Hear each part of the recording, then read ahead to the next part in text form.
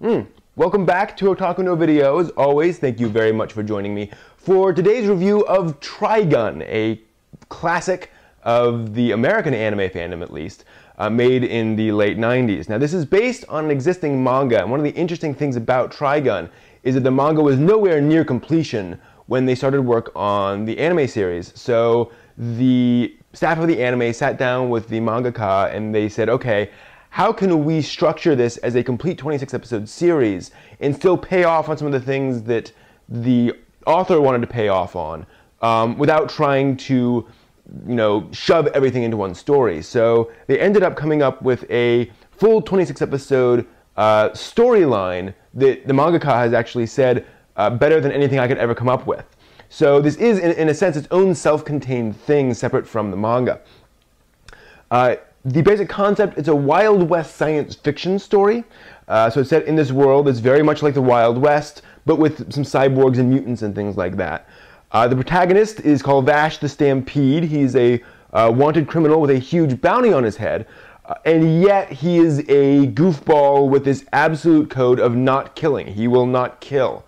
And a lot of the series involves watching that and watching how that plays out in the dangerous situations he gets into and why he's a wanted criminal and so forth and so on. Now the overall world is goofy, but once it establishes itself, it stays within the confines of that reality. So it doesn't go really crazy off into left field halfway through the series, and it doesn't use the weirdness of the premise to be wacky in its concepts. That said, the science fiction element allows it to introduce neat storylines and neat sort of technology concepts that you wouldn't get in a typical Wild West story. So it's a neat twist.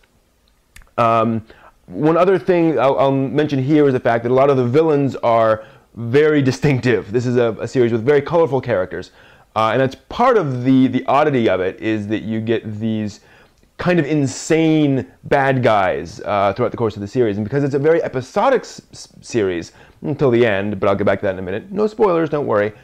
There's a lot of these sort of one-shot villains that are very colorful and very memorable. Now the animation is more realistic than most anime series, somewhat like Cowboy Bebop in a lot of ways.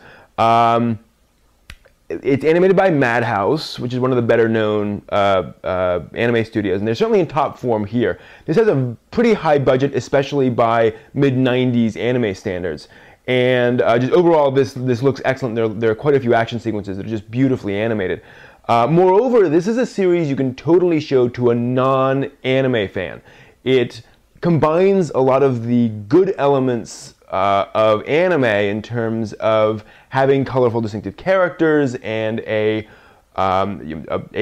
fun but fairly grown-up attitude towards itself.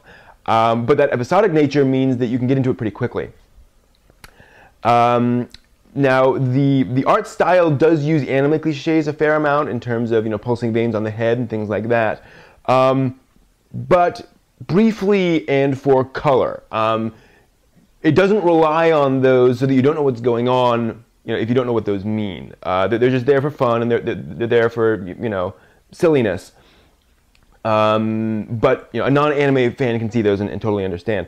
Also has a very distinctive color palette, actually. Sort of a washed-out color palette. Feels very much like a Sergio Leone film or a lot of those great westerns. Which is not to say it's not washed out, but it's just a distinctive color palette. It's one of the ways that anime series figure themselves out is, what colors do we use? The direction overall clean and clear. I was actually amazed watching this and rewatching some of the sequences recently at how well the action is represented in Trigun. Some of these action sequences can get quite chaotic. There's a lot going on, and you always know what you're looking at. You always know what's going on. Sometimes there's so much going on, it takes a lot of it's hard to process. But whenever that's happening, they're doing that for a reason too. Whenever you need to see something, it's clear there on the screen, and yet it doesn't feel like they're spoon-feeding you information.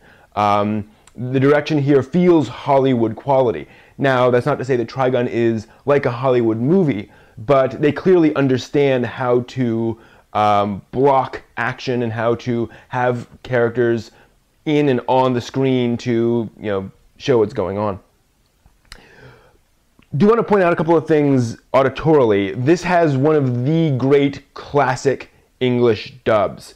Vash the Stampede is voiced by Johnny Young Bosch in his first major role, and he is Vash the Stampede. And the rest of the cast are just superlative. I mean, I have absolutely no complaints whatsoever. Some might complain that some of the bad guys have ridiculous voices, but they're supposed to have ridiculous voices.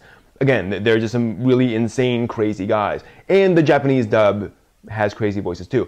Again, no slouch on the Japanese dub either. That's top-notch as well. But English dub, wow. Also, the music is perfect. It has a Wild West feel, a lot of guitars, things like that, but with an edge to it. Sometimes sort of a rock edge, sometimes almost an electronica edge in terms of just feeling a little harsher than your typical Wild West music. In other words, it's not trying to have authentic music you would hear in the Wild West.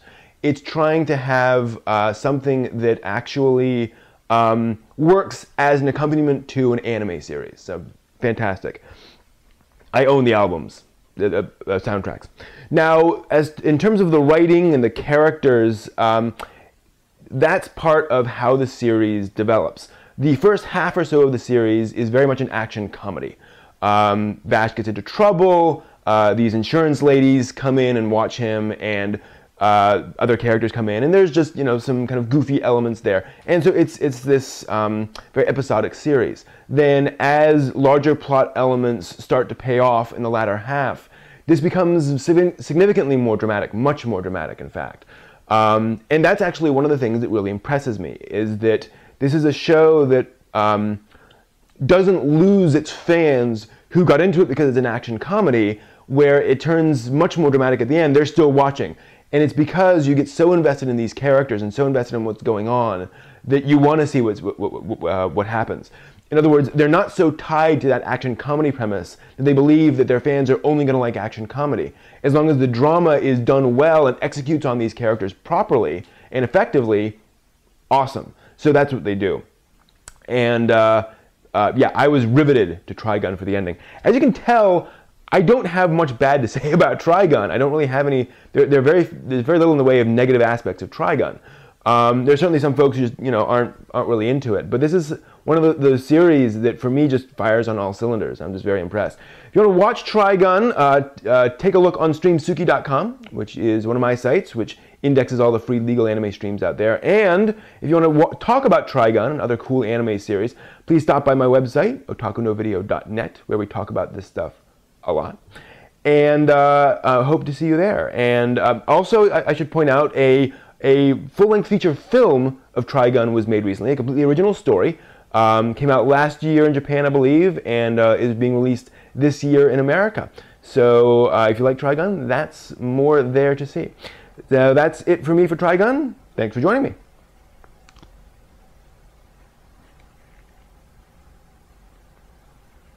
A bucket?